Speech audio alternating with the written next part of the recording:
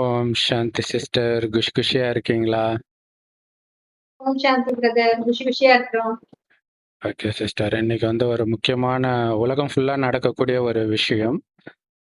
அதை பத்தி தான் நம்ம பேச போறோம். ஸோ அது என்னன்னு நீங்களே சொல்லுங்க சிஸ்டர். இப்போ உலகம் ஃபுல்லா பிறப்பு சதவீதம் குறைஞ்சிக்கிட்டே வருது. இறப்பும் இல்ல. ஆனா பிறப்பு சதவீதம் குறைஞ்சிட்டு இருக்கு. குறையுது. வயசானவங்களோட எண்ணிக்கை இருக்கு. அதாவது முந்தி இருந்ததை விட இப்ப முடியாதவங்க, வயசானவங்க அவங்க எல்லாம் அதிக நாள் இருக்கிறாங்க. வாழறாங்க. ஆனா அதிக நாள் வாழ்றாங்க. பிறப்பு விகிதம் குறைஞ்சிருச்சு. அந்த 2020க்கு அப்புறமே பிறப்பு விகிதம் குறைஞ்சிருச்சு. அதுக்கு பல காரணங்கள் சொல்றாங்க. முதல்ல ஜப்பான்ல இருந்தது, கொரியால ரொம்ப மோசமா இருந்தது. அடுத்தது சைனால கூட பிறப்பு குறைஞ்சிச்சுன்னு சொல்லிட்டு கவர்மெண்டே நிறைய ஆஃபர் கொடுக்குறாங்க. குழந்தை பெத்துக்கிட்டா இவ்வளவு தருவோம் அப்படின்னு சொல்லிட்டு. உலகம் ஃபுல்லாவே ரஷ்யால எல்லா இடத்துலயுமே அந்த பிரச்சனை இருக்கு. பிறப்பு விகிதம் குறைஞ்சு போச்சு. வயசானவங்க, அதாவது வேலை செய்யற வர்க்கம் வந்து இல்ல இப்போ. அதாவது இளைஞர்கள் இருந்தாதானே அந்த நாடு முன்னேறும், பொருளாதார வளர்ச்சி இருக்கும். வேலை செய்யற மாதிரி இருக்கிறவங்க கம்மி ஆயிட்டாங்க. ஓல்டு ஜெனரேஷன் தான் ஜாஸ்தியா இருக்கு. குழந்தைகளும் அடுத்த ஜெனரேஷன் வரல. அப்ப இப்படியே போயிட்டே இருந்ததுன்னா அடுத்த ஜெனரேஷன் என்ன ஆகும், இன்னும் 10 வருஷத்துல என்ன ஆகும் அப்படின்னு சொல்லிட்டு ஜப்பான்ல ரொம்ப கவலைப்பட்டுட்டு அந்த பொருளாதார ஆலோசகர் அப்படின்னா இருப்பாங்க இல்லையா, அவங்க வந்து என்ன சொல்றாங்க, அதாவது 90 வயசுல இருக்கிறவங்க, 100 வயசுல இருக்கிறவங்க இருக்காங்க. அடுத்தது தாத்தா, இது வந்து கொள்ளு தாத்தா, அடுத்தது தாத்தா, அடுத்தது மகனுக்கு ஒரு 55 வயசு இருக்குன்னு வச்சுக்கோங்க. இப்ப அடுத்தது பையன், இப்ப உள்ள பையன் 25 30 வயசுல இருக்கிறாருன்னு வச்சுக்கோங்க. 25 30 வயசுல அவரு இப்ப மேரேஜ் பண்ணிக்க தயாரா இல்ல, மேரேஜ் பண்ணிக்க மாட்டேங்கிறாரு. ஏன்னா இந்த வீட்டுல இவ்வளவு பேர் இருக்காங்க, கொஞ்சம் பேர் தான் ஜாயிண்ட் ஃபேமிலி, இருந்தாலுமே பொருளாதாரம் கஷ்டமா இருக்குது. இவ்வளவு பேரையும் மெயின்டைன் பண்ணணும், வயசானவங்களையும் மெயின்டைன் பண்ணணும், கேர் பண்ணிக்கணும். அதுக்கு ஒரு செலவாகுது. கவர்மெண்ட் வந்து பென்ஷன் கொடுக்கறதுக்கும் இப்ப பத்தாம போகுது. வயசானவங்களுக்கு பென்ஷன் கொடுத்துருப்பாங்க ஃபாரின்ல. அதுவுமே இப்ப கஷ்டப்பட்டு தான் கொடுக்குற மாதிரி கொஞ்ச காலத்துல அதுக்கப்புறம் முடியாதுன்ற நிலைமை வரும். இன்சூரன்ஸ் கொடுக்கணும், எல்லாமே செய்யணும். அப்ப அதுக்கு தகுந்த பொருளாதார வளர்ச்சி இல்ல. இவங்க வந்து கல்யாணம் பண்ணிட்டு குழந்தை பெத்துட்டு இருந்தா அதுக்கு பத்தாது, இவங்களுக்கு பணம் பத்தாது. அதுக்கு பயந்துட்டே நிறைய பேர் குடும்பம், ஐயோ பெரிய தலைவலி, இன்னும் ஒரு குடும்பத்தை சேர்த்துக்கிட்டு அதை நம்மளால குழந்தை பெத்துக்கவோ படிக்க வைக்கவோ முடியாது, ரொம்ப கஷ்டம்னு சொல்லிட்டு கல்யாணமே பண்ணாம அப்படி தள்ளி போட்டுட்டு இருக்காங்க. கொஞ்ச நாள் முன்னாடி வரைக்கும் அந்த டிங்க் சொசைட்டின்னு ஒண்ணு இருந்தது. டபுள் இன்கம் நோ கிட்ஸ் அப்படின்னு சொல்லிட்டு இருந்தாங்க. இப்ப வந்து அது ஒண்ணும் இல்லாம மேரேஜ் லைஃப்மே ப்ராப்ளம் ஆயிட்டு இருக்கு இப்ப நிறைய இடத்துல. அதனால அது வேண்டாம்னு சொல்லிட்டு அதையுமே வேண்டாம் அப்படி போகும்போது இப்ப இருக்கிற ஜெனரேஷன் வந்து இப்ப நம்ம இந்தியாலயும் அது வந்துருச்சு. இப்ப எல்லாம் ஃபாரின்ல தான் இருக்குன்னு சொல்லிட்டு நம்ம நினைக்க முடியாது. இந்தியாலயும் அந்த இது கொஞ்சம் கொஞ்சமா வந்துருச்சு. ஆனா வெளியில தெரியல. வீட்டுல இருக்கிற பேரண்ட்ஸ் எவ்வளவு கஷ்டப்பட்டு இருக்காங்கிறத அவங்கள போய் கேட்டாதான் தெரியும். இந்த பேரண்ட்ஸுக்குன்னு எல்லாம் இருக்கு. அதுல வந்து விட்டுறாங்க. வசதியா இருக்கிறவங்க பணம் கட்டி இருக்கிற இடத்துல விடுறாங்க, கொஞ்சம் அவங்க நல்லா இருக்கிறாங்க. ஆனா கஷ்டப்படுறவங்க வந்து அப்படியே ஆர்ஃபனேஜ் மாதிரி கொண்டு போய் விடுறாங்க. அவங்க படுற கஷ்டம் தாங்க முடியல. அதோட இல்லாம அங்கேயும் போக முடியாம மிடில் கிளாஸ் குடும்பம் இருக்கு இல்லையா, அங்க விடுறதும் அசிங்கம். வீட்லயும் வச்சுக்க முடியல, பொருளாதார கஷ்டமா இருக்குன்னு சொல்லிட்டு அவங்களுக்கு வந்து ஒரு மன உளைச்சல் கொடுக்குற மாதிரி இருக்கு. யங் சொசைட்டியே அவங்கள மதிக்கிறதும் கிடையாது. ஆனாலும் அவங்க பேரன் பேத்திகளை பார்த்துட்டு இருக்கிறாங்க, முடியாம இருக்கிறாங்க. ஆனாலுமே என்ன பண்றதுன்னு வெளி சமூகத்துக்காக கஷ்டப்பட்டு ஃபேமிலியே ஆமா, இதுல சுமூகமா இதுல இல்ல. பசங்க நிலைமை வந்து இந்தியாவுல ரொம்ப கொடுமையானது. ஏன்னா ஒய்ஃப் வந்த பிறகு நான் எதுக்கு உங்க அப்பா அம்மா பாத்துக்கணும்ன்றான். அப்ப ஒய்ஃபையும் விட முடியாம மனசாட்சிக்காக வச்சிருக்கிறான். அதே நேரத்துல அப்பா அம்மாவுக்கும் இப்படி ஒரு நிலைமை, எப்படி வந்து மாட்டிக்கிறான் பாருங்க. அப்ப அப்பா அம்மாவுக்குரிய கடமை அவன் செய்யணும்னா கல்யாணம் பண்ணாட்டினா மட்டும்தான் முடியும். அந்த மாதிரி ஒரு அதோட நிலைமை இருக்கு. இப்ப ஆந்திரா அரசு சந்திரபாபு சார் அவர்தான் சொன்னாராம், 3வது குழந்தை பெத்துக்கிட்டா 30,000 தராங்க. அப்புறம் ஏதோ ஒரு ஆஃபர், நிறைய பணம் 30,000 வருஷத்துக்கு கொடுப்பாரு. ஓ, வருஷம் வருஷமா? சரி சரி. கொடுக்குற மாதிரி எல்லாம் சொல்லியிருக்கிறாரு. இல்ல மாசம் ஒரு அமௌண்ட், வருஷம் ஒரு அமௌண்ட், அந்த மாதிரி இருக்கு போல இருக்கு. அது கரெக்டா அமௌண்ட் எவ்வளவுன்னு தெரியல. 4வது குழந்தைன்னா 40,000 அப்படின்னு சொல்லிட்டாங்க. வருஷத்துக்கு அனுப்புங்க. அது எந்த அளவுக்கு முடியும்? அப்படி இருந்தாலுமே அந்த பணம் இந்த குழந்தைய ஸ்கூல் படிக்க வைக்கணும்னா ஃபீஸ் எவ்வளவு ஆகுது, காலேஜ் படிக்க வைக்கணும் எவ்வளவு ஆகுது, இப்படி கணக்கு போட்டு பார்த்தா லட்சக்கணக்கில் இவங்களோட இப்ப வந்து இப்போ எவ்வளவு பிரச்சனை வந்துட்டு இருக்கு நாட்டுல. அந்த எல்னினோ பிரச்சனை வரைக்கும், கோவிட்ல இருந்து ஆரம்பிச்சு இப்ப எல்னினோ வரைக்கும் எவ்வளவு கஷ்டப்பட்டுட்டு இருக்கோம். இன்னும் அடுத்தடுத்து பிரச்சனை வரும்போது ரொம்ப கஷ்டம் அப்படின்னு நினைச்சுதான் நிறைய இளைஞர்கள் வந்து கல்யாணம் பண்ண முடியாத ஸ்டேஜ்ல இருக்கிறாங்க. அதோட ம். இல்லாம இப்ப இருக்கிற மிடில் ஏஜ் வந்து ஒரு 30, 40 வயசுல இருக்கிறவங்க உழைக்கிறவங்கலாம் தான் நெறைய பேர் இருக்காங்க இந்தியாவுல. இன்னும் ஒரு ம். 10, 15 வருஷம் ஆச்சுன்னா, அவங்களாலயும் முடியாது. அடுத்த கண்டிப்பா. ஜெனரேஷனும் இல்ல. அப்படின்னா நெலைமை என்ன ஆகுது? சமூகத்தோட நெலைமை என்ன ஆகுது?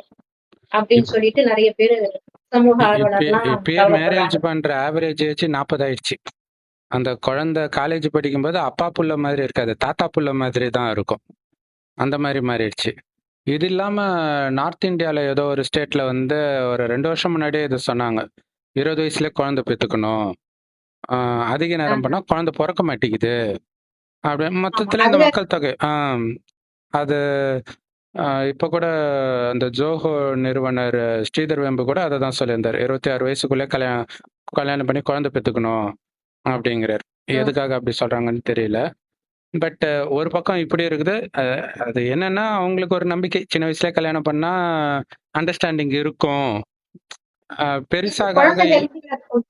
ம், இல்ல, இல்ல. ஏஜ் ஆனதுக்கப்புறம் குழந்தை பெத்துக்கிட்டா, அது ம், குழந்தை நல்ல ஒரு ரிசப்டிடாவும் பொறக்கறதுக்கு சான்ஸ் இருக்கு. அப்புறம் குழந்தையே பொறக்காம போகறதுக்கும் சான்ஸ் இருக்கு. ஒரு ஏஜ்க்கு அப்புறம் கன்சீவ் ஆக ம். மாட்டேங்கிறாங்க. இப்ப இருக்கிற கரெக்ட்டு. ஃபுட்டு ஸ்டைல் ம், அப்படி ஆகுது. அதோட ம். இல்லாம இப்ப இருக்கிற இளைஞர்களும் சரி, இப்ப பெண்களும் சரி, அந்த பொறுப்பேத்துக்கிற அளவுக்கு பொறுமை இல்ல. இப்ப எல்லாமே பொறுமை ஈஸி கிடையாது. ஆயிடுச்சு இல்லையா? அந்த காலத்துல கண்டிப்பா. வாழ்க்கை முறை நம்ம எல்லாம் கஷ்டப்பட்டு குழந்தைக்காகவே ம். வாழ்வாங்க தாய்மார்கள்லாம். ஆனா இப்ப அந்த மென்டாலிட்டி கிடையாது. என் எனக்குன்னு வாழ்க்கை ஒரு நான் டைம் வாழணும். என் வாழ்க்கை வாழணும். அத பெருமையா வாழணும். பேசிக்கிறாங்க இப்ப. ம். 24 மணி நேரமும் ஒரு குழந்தை பிறந்ததுன்னா 24 மணி நேரமும் அத கவனிக்கிற மாரி வரும். கண்டிப்பா. அதெல்லாம் பொறுப்பேற்கிறதுக்கு அளவுக்கு பொறுமை இல்ல. அப்புறம் ம். பசங்களும் ஆன்லைன் கேம்ல தான் இன்ட்ரெஸ்ட் இருக்கே தவிர, இப்போ ஒரு கெஸ்ட் வந்தா கூட யாரு ம். என்ன ஏதுன்னு உட்கார்ந்து பேசுறதுல அந்த இது இல்ல. ம். எங்கேயாவது ஃபங்ஷனுக்கு வாங்கன்னு கூப்பிட்டாலும் வரமாட்டாங்க இப்ப இருக்கிற யங்ஸ்டர்ஸ் எல்லாம். ம். அங்க போய் உட்கார்ந்து அவங்க கூடலாம் என்ன பேசுறது? அந்த அளவு இங்க அடிக்ஷன். இருந்தெல்லாம் அடிக்ஷன். ஆ ம். கேமாவது விளையாடிட்டு எனக்குன்னு ஒரு சோஷியல் எனக்கு நாள் ஃபுல்லா நான் ஐடில ஒர்க் பண்றேன். அதுக்கப்புறம் ம். எனக்குன்னு டைம் வேணாமா? என்னோட என்டர்டெயின்மென்ட்க்கு. அதுக்கு டைம் கரெக்ட்டு. ஒதுக்கணும்னு சொல்லிட்டு. ம். சோஷியல் ஆக்டிவிட்டீஸ் அது மாதிரி இல்லாம போயிடுச்சு. ரிலேட்டிவ்ஸ் வீட்டுக்கு கரெக்ட்டு. போறதோ, அவங்க வந்தா பார்க்கறதோ, அதுவுமே லைஃப் ஸ்டைல் சுத்தமா மாறி போயிடுச்சு.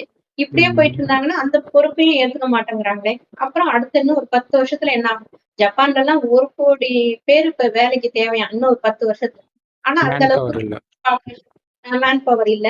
அப்புறம் ம். இன்னொன்னு வயசானவங்கள கவனிக்கிறதுக்கு இப்போ வந்து ரொம்ப முடியாதவங்கன்னா, அ இது ஆள் போட்டு பார்க்கணும். கொஞ்சம் வசதி இருந்ததுன்னா, யாராவது ம். நர்ஸோ ஆளோ போட்டு பார்த்துருவாங்க. படுக்கையில இருக்கிறவங்களையோ, இல்ல ரொம்ப கண்டிப்பா. கேர் பண்ணிக்க வேண்டியது. அந்த அளவுக்கு பொருளாதார வசதியும் கிடையாது. நல்ல ம். வசதின்னா பார்த்துக்கலாம். மிடில் கிளாஸ்க்கு அந்த வசதியும் கிடையாது. அப்புறம் இன்னொரு சிஸ்டம் கூட யோசிச்சாங்க போல இருக்கு. அதாவது காலையில வேலைக்கு போகும்போது வயசானவங்கள கொண்டு ஒரு ஹோம் மாரி விட்டு, சாயந்தரம் வரும்போது பிக்கப் பண்ணிக்கலாம். இப்ப கிரட்ச்ல ம். கொண்டு குழந்தைங்கள குழந்தைங்கள விட்டு விடுற வர மாதிரி. மாரி. ம். அதே மாதிரி ஏன்னா தனியா விட்டுட்டு ம். வர முடியாது. அவங்க எந்த மாரி ம். ஆகுவாங்கன்னு சொல்ல ம். முடியாது. கவனிக்கலையும். ம். ம். அந்த ம். மாரி ஒரு சிஸ்டம் கொண்டு வரதா பேச்சு இருந்தது. ஆனா அது வந்த மாரி தெரியல கவர்மெண்ட்ல. ம். அது வந்தாலுமே ரொம்ப செலவாகும். அவங்கள கண்டிப்பா. கவனிக்கிறதுக்கு. ஏன்னா இவங்க ம் அதெல்லாம் இந்த கொண்டு வரதான் கஷ்டம் தான். ம். இப்படி இப்பவே பல கரெக்ட். அதை வைத்து நெறைய ஊழல்லாம் வேற நடக்குது. இல்லாத அ அவங்கள அடிச்சு துன்புறுத்துறது, இந்த மாரிலாம் நடக்கிற மாரிலாம் வருது. அது ஏதோ கவர்மெண்ட் கிட்ட கணக்கு காட்டி, அதுல ஏதோ வருமானம் இருக்கும் போல இருக்குது. ஆ அதுக்காக. அப்புறம் மக்கள் கிட்ட இந்த மாரி நாங்க நிறுவனம் நடத்துறோம். அனாதை நிறுவனம்னு காசு வாங்குவாங்க. பட் அங்க வந்து அது மாதிரி கிடையாது. ஆ அப்படி ஒண்ணு இருக்கவே இருக்காது. அல்லது ரொம்ப மோசமான நிலையில இருக்கும். ஆ. இந்த மாரிலாம் பண்ணிட்டு இருக்கிறாங்க. இதுல இன்னொரு விஷயம் என்னன்னா, இப்ப லண்டன்ல ஆ நெறைய கைதிகள பெரும்பான்மையான கைதிகள வந்து ரிலீஸ் பண்ண போறாங்களாம். ஏன் ரிலீஸ் பண்ண ம். போறாங்கன்னா, ஆ ம். கவர்மெண்ட்டால அவங்கள பாத்துக்க முடியலையாம். காசு வேஸ்ட்டா போகுதுல்ல, அவங்கள பராமரிக்கிறதுக்கு. ஆ ஓவர் கிரவுடட் ஆயிடுச்சு ஜெயிலு.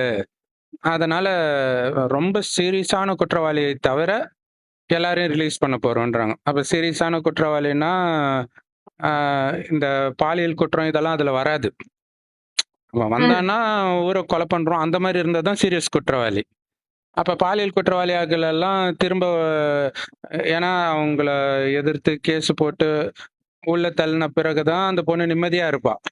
இப்ப மறுபடியும் அவன் ம். வரான்னும்போது எப்படி இருக்கும்? அவங்களுக்கு வந்து இன்ஃபார்ம் பண்ணியிருக்கிறாங்க. இன்னும் 3 மாசத்துல அந்த குற்றவாளி ரிலீஸ் பண்ணப்படலாம் மேபி அப்படின்ட்டு. அந்த ஆஹா. பொண்ணுக்கு என்னன்னா, அது எதுக்கு 3 மாசம் முன்னாடியே சொல்லி என்ன 3 மாசம் டென்ஷன் ஆக்குறாங்க. இல்ல 3 மாசமா ஒரு பதற்றத்திலே இருப்பாங்கல்ல. ஸோ வந்தா ரெடியா இருக்கிறதுக்காக பண்ணியிருப்பாங்களா இருக்கும். அதுவும் இல்லாம திடீர்னு வந்தானா அவளால சமாளிக்க முடியுமா? அது தெரியல. ம், அதுக்காக கூட ம், பண்ணி ம். இதுல என்னன்னா, நெறைய விஷயங்கள் இந்த மாரி நடக்கும். அ சிலர் வந்து இது இது இப்படி சிஸ்டம் தான் எல்லா இடத்துலயும் இருக்கும் போல இருக்குது. நேத்து அந்த இது பார்க்கும்போது தான் தெரிஞ்சுது.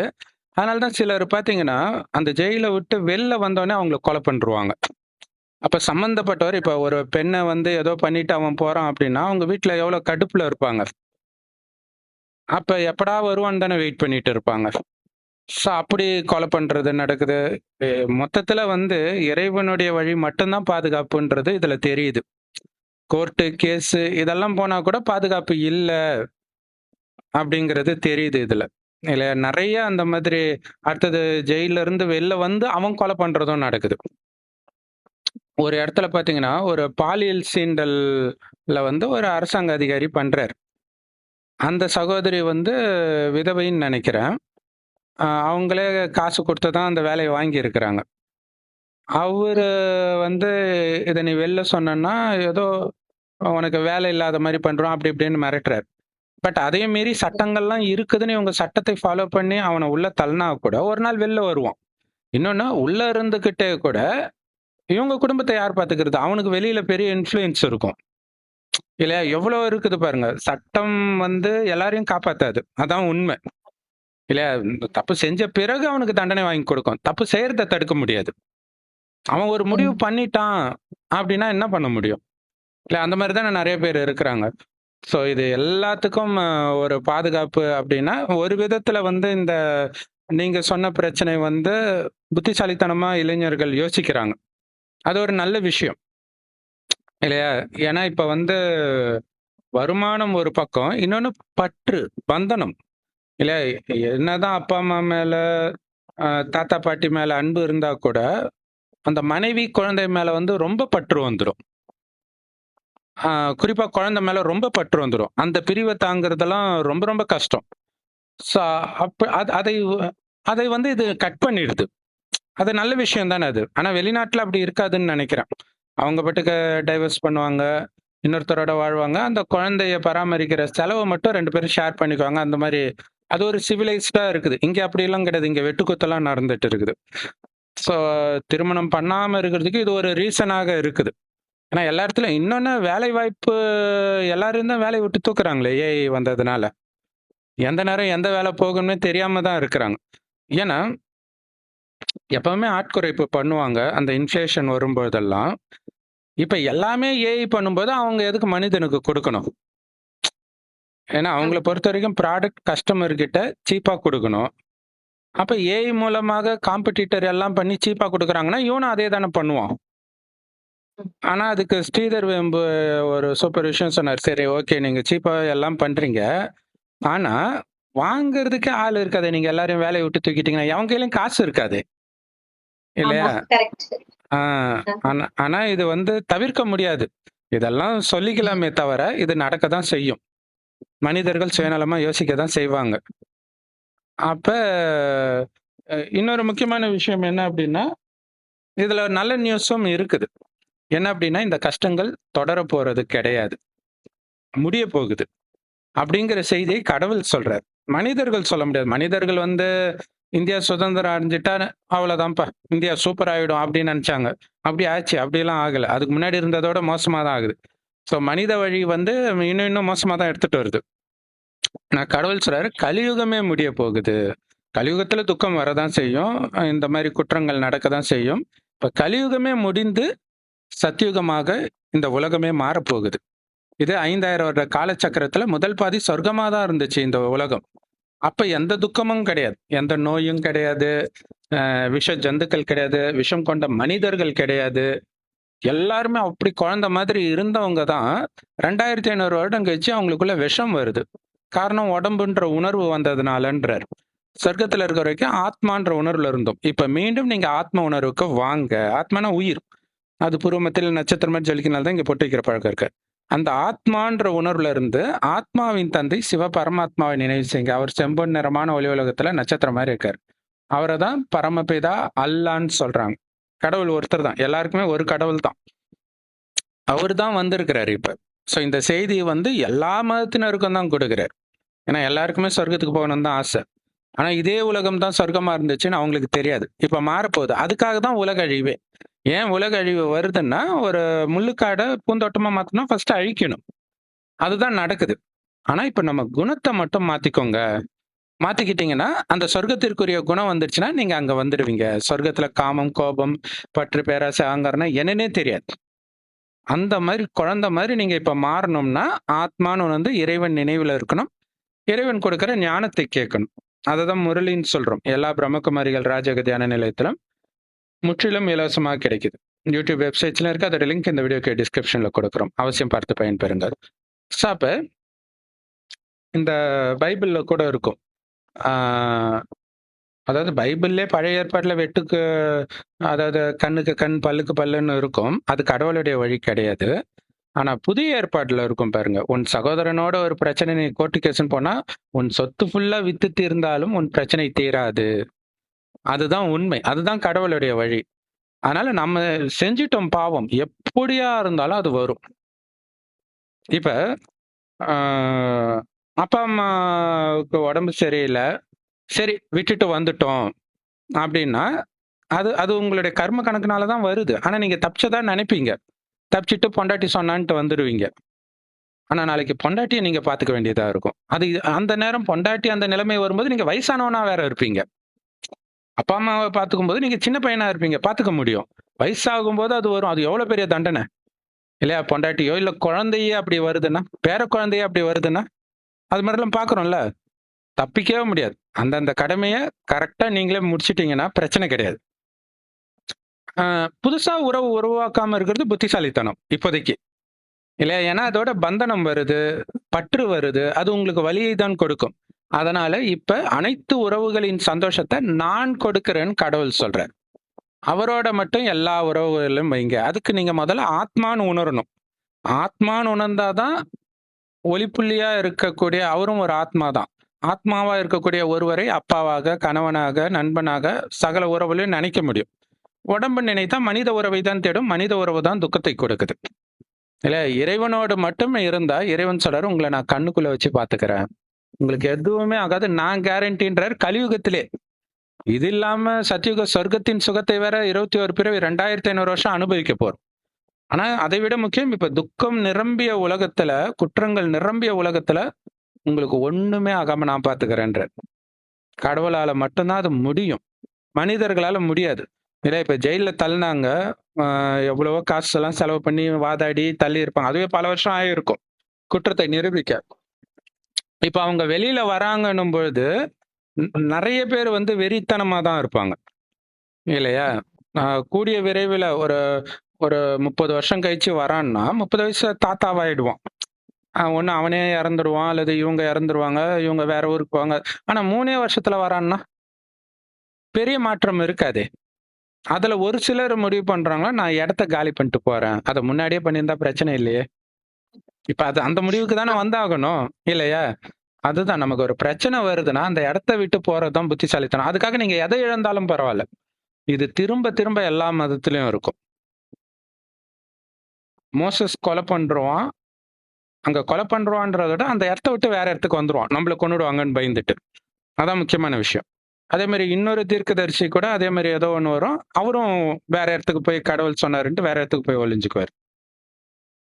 அதே மாதிரி கிருஷ்ணரே வந்து ஜராச்சந்த் திரும்ப திரும்ப சண்டை போடுறான்ட்டு கடலுக்கு நடுவுல துவாரகை உருவாக்கி அங்க போயிடுவார். மொத்தத்துல இது எல்லாமே ஒளிஞ்சிக்கிறது தான். ஏன்னா அந்த கணக்கு இருக்குது. அப்ப அந்த அந்த ஒரு கொலவெறியில இருக்கும்போது நான் பெரிய ஆளுன்னு காட்டுறதுக்காக போகலாம். ஆனா அந்த புண்ணிய கணக்கு இருக்கா, பழைய பாவ கணக்கு இருக்கான்னு தெரியாது.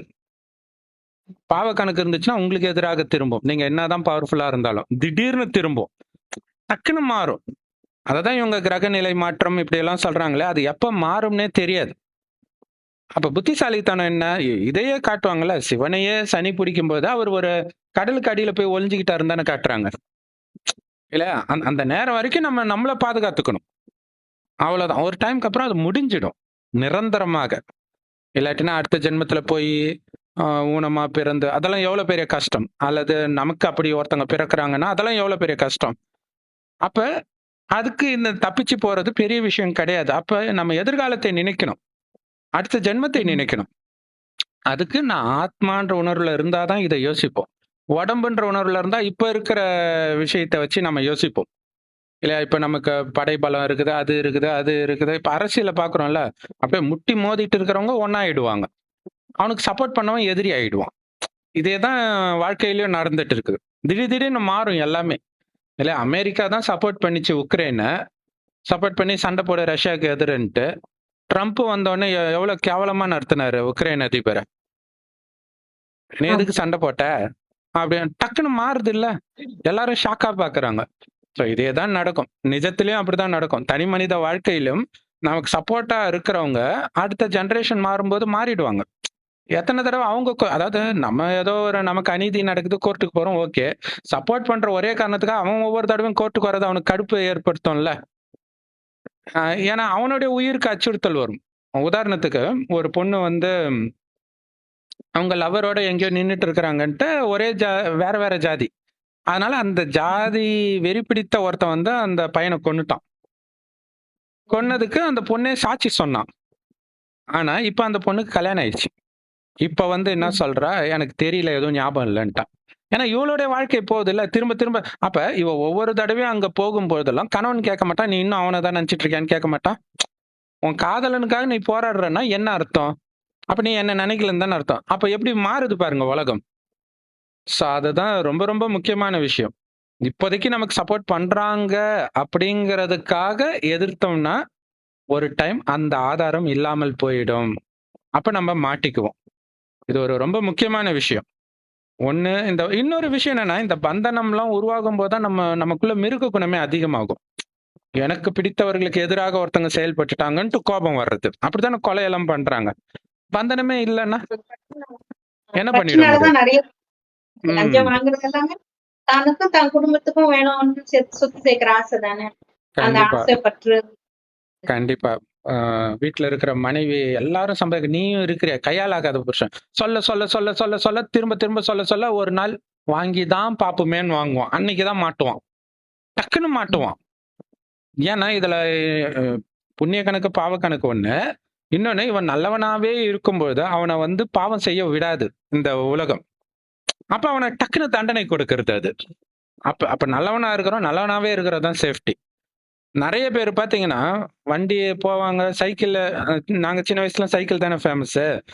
அப்ப டூ வீலர்லாம் கிடையாது.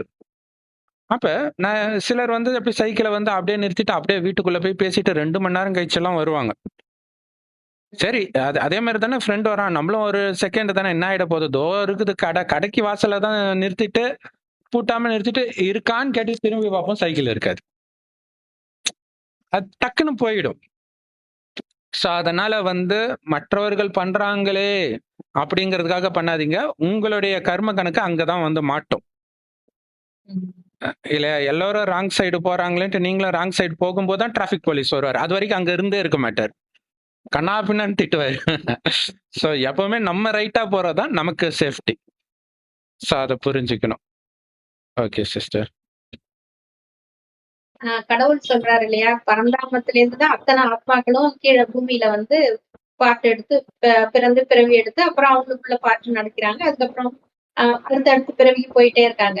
ஆனா ஒரு கட்டத்துல வரும்போது பரந்தாமத்துல இருந்து இருக்கிற பரந்தாமம்னாலும் சரி, பரலோகம்னாலும் சரி, முக்தினாலும் சரி, எல்லாம் ஒரே இடம் தான்.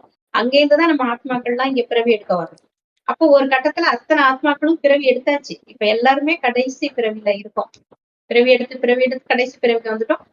புதுசா வந்து இறங்கின ஆத்மாக்களும் இப்ப எல்லாம் பிறவி எடுத்தாச்சு. அடுத்த ஜெனரேஷன் வரலையே, காணுமே, 10 லட்சமா ஒவ்வொரு வருஷத்துக்கு 10 லட்சம் குறையுது ஜப்பான்ல கவலைப்படுறாங்க. அப்ப அவ்வளவுதான், பாப்புலேஷன் அவ்வளவு பேரும் இறங்கியாச்சு. இப்ப டோட்டல் பாப்புலேஷன் எவ்வளவு இருக்கு? இது சூப்பரான பாயிண்ட். ஏன்னா நாங்க சின்ன வயசுல இருக்கும்போது அந்த குடும்ப கட்டுப்பாடுலாம் வந்திருக்கோம்னு நினைக்கிறேன், அல்லது அதுக்கு முந்தைய ஜெனரேஷன்ல வந்திருக்கோம்னு நினைக்கிறேன். அப்ப வந்து ஆனா எங்க குறைஞ்சது? மக்கள் தொகை ஏறிட்டே தானே இருந்துச்சு. அதுக்கு தான் கடவுள் சொல்றாரு, மேல இருக்கிறவங்க கீழ வந்து தானே ஆகணும். இல்லையா? எ இப்ப குடும்ப கட்டுப்பாடு அது இதுன்னு இருக்கும்பொழுது, ஏதோ ஒரு காரணத்துக்காக வேற யாரோ பெத்துக்குவாங்க. இப்ப உதாரணத்துக்கு முஸ்லிம்களை எல்லாம் அழிக்கிறாங்கன்ட்டு ஒரு புரொபகண்டா பண்றாங்க. அதனால அந்த ஈரான் போர் அந்த மாரி டைம்ல. அதனால நீங்க என்ன பண்றீங்க, 3 குழந்தை பெத்துக்கணும்னு நெனச்சீங்கன்னா, 4 குழந்தை பெத்துக்கோங்க. 2 குழந்தை பெத்துக்கணும்னு நெனச்சா 3 குழந்தை பெத்துக்கோங்க. இப்படி. அப்ப எங்கேயோ ஒரு இடத்துல அது பொறந்துரும். தடுக்கவே முடியாது. இன்னொன்னு குடும்ப கட்டுப்பாடு பண்ணியே, ஆப்பரேஷன் பண்ணியே குழந்தை பிறக்குது. இது எவ்வளவு பெரிய ஆச்சரியம். இப்பவும் பிறக்குது. அப்ப இவங்களுக்குன்னு கர்ம கணக்கு இருந்தா அது நடந்தே தீரும். ஆனா நீங்க சொன்ன மாரி இப்ப எல்லா ஆத்மாவும் வந்துடுச்சு. வந்த பிறகு எல்லாரும் தண்டனை அனுபவிக்கணும் இல்லையா? அதனால தான் வயசானவங்கள வச்சு இருக்குது. வயசானா தானே தண்டனை அனுபவிக்க முடியும். வயசாவது இப்போ என்னமோ நல்லதுன்னு நெனச்சுட்டு விட்டுர்றாங்க. ஆனா ஒரு லெவலுக்கு மேல அதுவே ஒரு பெரிய தண்டனையா தானே இருக்குது. இல்லையா? அது இருக்குது. தண்டனையா ம். ஆமா. அவங்க இல்லாம பையனுக்கு அந்த ஒரு தண்டனை. அந்த பொருளாதார ஆலோசகர் சொல்லியிருக்கிறாரு. ம். மன்னிப்பு கேட்டுட்டு தான் அந்த வார்த்தைய சொல்லியிருக்காரு. கொஞ்சம் கஷ்டமான வார்த்தை தான். அந்த ம். ரொம்ப வயசானவங்க மாஸ் சூசைட் பண்ணிக்கிற ஐடியா வந்தா எவ்வளவு நல்லா இருக்கும். அந்த மாரி. நல்லா ஏன்னா அந்த அளவுக்கு அவ்வளவு கஷ்டமா இருக்கு. அந்த அளவுக்கு அவங்கள கஷ்டமா இருக்கு. அவங்களால ஒண்ணும் பண்ண அவங்கள முடியல. அதாவது பண்ண முடியும். ஒரு ஒரு குடும்பத்துல வந்து ஒரு குழந்தை மனநலம் குன்றி அல்லது கோமா ஸ்டேஜ்ல இருக்குன்னு வச்சுக்கோங்க பல வருஷம். அந்த அப்பா, அம்மாவுக்கு அந்த எண்ணம் தோணும். நாம இருக்கும்போதே இந்த குழந்தை இறந்துட்டா போதும்னு தோணும். அந்த மாதிரி அவங்களுக்கு ஒரு சமுதாயத்த ஒரு குடும்பமா பார்க்கும்போது அவங்களுக்கு அப்படி தோணுது. இது என்ன ஆனா இப்ப பண்றது? அத்தன பேர் இறந்தாங்க. வயசானவங்க அத்தன பேர் இறந்தாங்கன்னா, இப்போ இன்னும் உலகம் முடியல. இன்னும் கொஞ்சம் வருஷங்கள் இருக்கு. ஒரு ம். 10, 12 வருஷம் இருக்குங்க. அவ்வளவுதான் இருக்கு உலகம் அப்படிங்கும்போது, ம். அவங்களாம் ம். அடுத்த பிறவி எடுத்துருவாங்க. ஏன்னா ஆமா. கடைசி பிறவி உலகம் முடியும் போதுதான் அத்தனை ஆத்மாக்களும் மறுபடியும் ம். பரந்தாமத்துக்கு போயிட்டு அடுத்த கல்பம் ஸ்டார்ட் ஆகுது. அடுத்த சிருஷ்டி ம். உருவாக போகுது. அப்ப ம். அடுத்து கடைசி ஆகும்போதுதான் எல்லாரும் இறங்கி வந்ததுக்கு அப்புறம் தான் உலக விநாசம் நடக்கும். அப்ப எல்லா ஆத்மாக்களும் பரந்தாமத்துக்கு போயிட்டு முக்தி ம். அடைஞ்சிட்டு திருப்பி வந்து பிறவி எடுக்கதான் போறாங்க. ஆனா ம். இவங்க இப்ப வயசானவங்க இறந்தாங்கன்னா அடுத்த பிறவி எடுத்துருவாங்களே. இன்னும் ஒரு 10, 12 வருஷம் இருக்குல்ல டைம். ம். ம். அப்ப எல்லாமே குழந்தைகளா இருந்தா எவ்வளவு கஷ்டம். அந்த கண்டிப்பா. விநாசம் நடக்கிற காலகட்டத்துல இன்னும் கண்டிப்பா. கஷ்டம். இப்பயாவது வயசானவங்களா இருந்தாலும் பரவாயில்லன்னு சொல்லி தோணும். சின்ன குழந்தைங்க எல்லாம் போகும்போதுதான் மனசு ரொம்ப கஷ்டமா இருக்கும். அப்ப இன்னும் அது என்ன பாவம் செஞ்சது அப்படித்தானே தோணும். இப்ப சின்ன பிள்ளைங்க எல்லாம் கஷ்டப்படுறத பார்க்கும்போது, அந்த குழந்தைக்கு என்ன தெரியும்? அந்த குழந்தை என்ன பாவம் பண்ணுச்சு? அப்படின்னு எவ்வளவோ கேஸ் நம்ம பார்க்கிறோம். அதுவும் ஒரு குழந்தைகளுக்கு வெளிநாடுகள்ல வந்து அந்த திருமணத்துக்கு முன்னாடியே காமத்துல ஈடுபடுறது, குழந்தை பெத்துக்கிறது இதெல்லாம் சர்வசாதாரணமா இருக்குது. அத வந்து இப்ப ட்ரம்ப் ஆட்சியில வந்து இதுக்கு முன்னாடி அபார்ஷன் பண்ணலாம். அது அவங்களுடைய உரிமை. எப்ப குழந்தை பெத்துக்கிறது நாங்க முடிவு பண்ணிக்கிறோம் அப்படின்னு இருந்தது. இப்ப என்ன பண்ணிட்டாங்க, அபார்ஷனே இருக்கக்கூடாதுன்ட்டாங்க. ஏன்னா கிறிஸ்தவ மதத்துக்கு எதிரா இருக்குது. கடவுள் குடுத்த உயிர பழிக்க நீங்க யாரு? அப்படின்ட்டு. அப்ப நெறைய அனாதை குழந்தைங்க உருவாயிடுவாங்க. இதனால. இல்ல ஏன்னா அந்த வயசுல அந்த குழந்தை எப்படி அதுவே ஒரு குழந்தை. அது எப்படி இன்னொரு குழந்தைய வளர்க்கும்? ஸோ அந்த மாதிரி விஷயங்கள்லாம் வேற நடக்க ஆரம்பிச்சிடும். அதாவது ரேப்பே பண்ணி பிறந்தாலும் அந்த குழந்தைய அபார்ஷன் பண்ணக்கூடாதாம். ரேப்பே பண்ணா கூட. அந்த மாரிலாம் வந்துடுச்சு. ஸோ இது எல்லாமே வந்து நம்மளுடைய கர்ம கணக்க அனுபவிக்கிறதுக்காக இதுல மெயின் என்னன்னா, நாம மறுபடியும் பொறந்துடக்கூடாது. அதுல கவனமா இருக்கணும். அதுக்கு தான் இறைவன நெனச்சுக்கிட்டே இருக்கணும்ன்றது. நம்ம சொர்க்கத்துக்கு போயிடணும். இங்க பிறந்துறக்கூடாது. ஏன்னா மறுபடியும் பிறக்கும்போது உலகம் ரொம்ப கற்பனைக்கு எட்டாத மோசமா மாறிடும். இப்பவே அப்படித்தான் ஆயிட்டு இருக்கு. பாருங்களேன், இத்தனைக்கும் கொரோனா வந்து எத்தன பேர் இறந்தாங்க. அப்பயே மக்கள் தொகை பிரச்சனையா இருக்குது மக்களுக்கு. கொரோனா இறந்தே. கொரோனா வந்து எல்லா நாட்டிலுமே மக்கள் தொகைய பயங்கரமா குறைக்க தானே செஞ்சிருக்கும். இல்லையா? இது இல்லாம சைனாலயும் ம். குறைஞ்சது. சைனாலயும் அதுக்கப்புறம் தான் இன்னொரு குழந்தை பெத்துக்கோங்கன்னு சொல்லிட்டு கவர்மெண்ட் இப்ப எவ்வளவோ சொல்லிட்டு இருக்கிறாங்க. ஒருவேள அதுக்காக தான் பரப்பி விட்டாங்களா என்னன்னு தெரியல. மக்கள் தொகைய குறைக்கணுன்றதுக்காக. இருந்தாலும் இருக்கும். வாய்ப்பு இருக்குது. ஏன்னா எல்லா நாடுமே அது ஒரு கணக்குல எடுத்துக்குமாம். மக்கள் தொகைய குறைக்கணும். ஏன்னா இன்னும் கேட்டா இதுவே சொல்லிட்டு இருந்தாங்களே. தடுப்பூசி போடுறதுலயே ஆண்மை குறைவு இருக்கிற மாதிரி விஷயங்கள அவங்க ஆட் பண்றாங்க. ஏன்னா மக்கள் தொகைய குறைக்கணும் அப்படிங்கிறதுக்காக அப்படின்னாங்க. பட் எப்படியா இருந்தாலும் அவங்கவங்களுக்கு கர்ம கணக்கு இருந்தா அது வந்துரும். தப்பிக்கிறதுக்கு வழி என்ன? உறவுகளை உருவாக்காதீங்க. இருக்கிற உறவுகள் நம்மளுடைய கர்ம கணக்கு. அத நம்ம முடிச்சு தான் ஆகணும். அத முடிக்கிறது தான் நமக்கு நல்லது. இல்லாட்டினாலும் அது தொடர்ந்து வேற ஏதோ ஒரு ரூபத்துல வரும். அது பயங்கரமா இருக்கும். அந்த ரூபத்துல வரும்பொழுது. இப்பயே முடிச்சுட்டா பிரச்சனை கிடையாது. ஸோ அதோட நினைவு தான் நம்ம வந்து அந்த திதி கொடுக்கறதெல்லாம். இல்ல இறந்தவர்களுக்கே கணக்கு இருந்தா கூட அத முடிச்சிடணும் அப்படின்ட்டு கொடுக்குறாங்க. பட் ஆனா இப்ப உயிரோட்டமா அவங்க இருப்பாங்க. நம்ம தொடர்புல வருவாங்க. அப்ப அவங்க அவங்க மூலமாக நமக்கு எந்த துக்கம் வந்தாலும் அத தாங்கிக்கணும். அத தாங்கிக்கிறது எப்படின்னா, இறைவன் நினைவுல இருக்கும்போது நமக்கு அந்த துக்கம் துக்கமா அனுபவமாகாது. எ இவ்வளவு விஷயம், அவ்வளவு பாதுகாப்பு கவசம் இறைவனுடைய நினைவு தான். அந்த நினைவிலே செவ்வானத்தில் நட்சத்திரம் மாரி இறைவன் இருக்கார். நானும் நட்சத்திரம் மாரி இருக்கிறேன். அவர நினைக்க நினைக்க நான் தூய்மை ஆகுறேன். வேற எந்த சிந்தனையும் இல்லாம இருக்கணும். அது முயற்சி பண்ண பண்ண தான் வரும். எடுத்தோனே வராது. ஆனா அந்த நிலை அடையும் போது தான் உலக அழிவு ஸ்டார்ட் ஆகுன்றார். அப்ப உலக அழிவுன்றது எவ்வளவு பெரிய துக்கத்தை கொடுக்கும். ஆனா அதுவே உங்கள தாக்காதுன்றார். நமக்கு வரப்போற சொர்க்கத்தின் காட்சிகள் தெரியுன்றார். ஸோ அதற்கு நாம தயாராகணும். ஸோ அதனால நம்ம கணக்குகள்ல இருந்து தப்பிச்சு போக தேவையில்ல. புதுசா கணக்க உருவாக்க தேவையில்ல. ஸோ இதுதான் முக்கியமான விஷயம். நமக்கு ஒரு அநீதி இழைத்தால் விட்டுறது ஒண்ணு. அநீதி ரொம்ப கொடூரமாக வராங்க அப்படின்னா, அந்த இடத்த விட்டு போயிடுறது நல்லது. குறிப்பா இந்த சொத்து சண்டை, இந்த மாதிரி விஷயங்கள்லாம் இருக்கும்போது விட்டுட்டு போயிடுறது நல்லது. இல்லாட்டினா அது பிரச்சனை தான் எப்படியா இருந்தாலும். ஏன்னா நம்ம கிட்ட இருந்து ஒண்ணு அபகரிக்கிறாங்கனாலே அது நம்மளது கிடையாதுன்னு புரிஞ்சுக்கணும். கணக்கு முடிஞ்சிடுச்சுன்னு அர்த்தம். இப்ப நம்ம இறந்து ஏழை குடும்பத்துல பிறந்தா, அப்போ நமக்கு இது ஒண்ணும் தெரியாதுல்ல. அப்ப நம்ம உடம்புல இருந்துகிட்டே தினம் தினம் இறந்தே இருக்கணும்ன்றார். நான் இறந்துட்டேன் எனக்கு உடம்பு கிடையாது. என்னுடைய நினைவெல்லாம் அடுத்து எடுக்க போற ஜென்மத்தை பற்றி கவலை தான் இருக்கணுமே தவிர, இப்ப இருக்கிறதுல பத்தி கவலை இருக்கக்கூடாது. அப்ப அடுத்த ஜென்மத்தில் நான் மிக உயர்ந்த பிறவி சொர்க்கத்துல இருக்கணும் அப்படின்னா, ஒவ்வொரு காரியமும் உயர்ந்த காரியமாக இருக்கணும். சாதாரண காரியமா இருக்கக்கூடாது. ஆனா சாதாரண காரியத்தை தான் மனிதர்கள் செய்ய தூண்டுவாங்க. அதனால தான் மனிதர்கள் சொல்றத கேட்காம, இறைவன் கொடுக்கிற அந்த முரளியை தினம் தினம் கேட்கணும். அதுதான் நமக்கு கடவுளே நேரடியா கொடுக்கிறது. நேரடியா வழிகாட்டுறார். ஸோ 5000 வருஷத்துக்கு ஒரு முறை தான் இந்த வழிகாட்டுதல் கிடைக்கும். அதுக்கப்புறம் ஃப்ரீ பேர்ட். அப்புறம் தான் சொர்க்கத்துக்கு அனுப்பிச்சுறாரு. அப்புறம் நமக்கு தேவை கிடையாது. ஓகே. ஓம் சாந்தி சிஸ்டர். தேங்க்ஸ். தேங்க்ஸ் ஃபார் வாட்சிங்.